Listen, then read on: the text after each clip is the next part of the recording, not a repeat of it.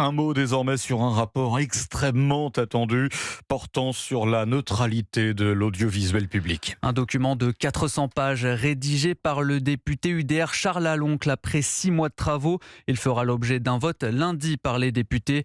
Mayalène Trémollet, c'est un rapport sans valeur législative mais avec des préconisations importantes pour réformer l'audiovisuel. À commencer par une réduction du budget alloué à France Télévisions et Radio France. Alors que l'enveloppe moyenne de l'audiovisuel public s'élève aujourd'hui à 4 milliards par an, cette enveloppe serait diminuée d'un tiers qui serait consacrée à d'autres investissements, comme par exemple le patrimoine français ou encore possiblement un remboursement de la dette nationale.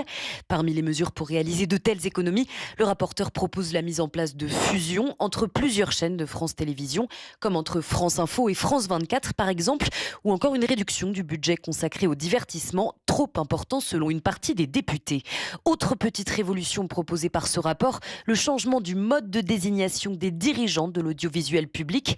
Désormais, ces nominations seraient soumises à l'avis de la Commission des affaires culturelles, puis à celui du chef de l'État après l'avis conforme de l'Arcom. À noter que les élus peuvent encore consulter le texte de manière strictement confidentielle, en théorie jusqu'à lundi. En conséquence, Charles Aloncle fustige des fuites scandaleuses visant à discréditer ce travail, fruit de 5 mois d'audition sous haute tension.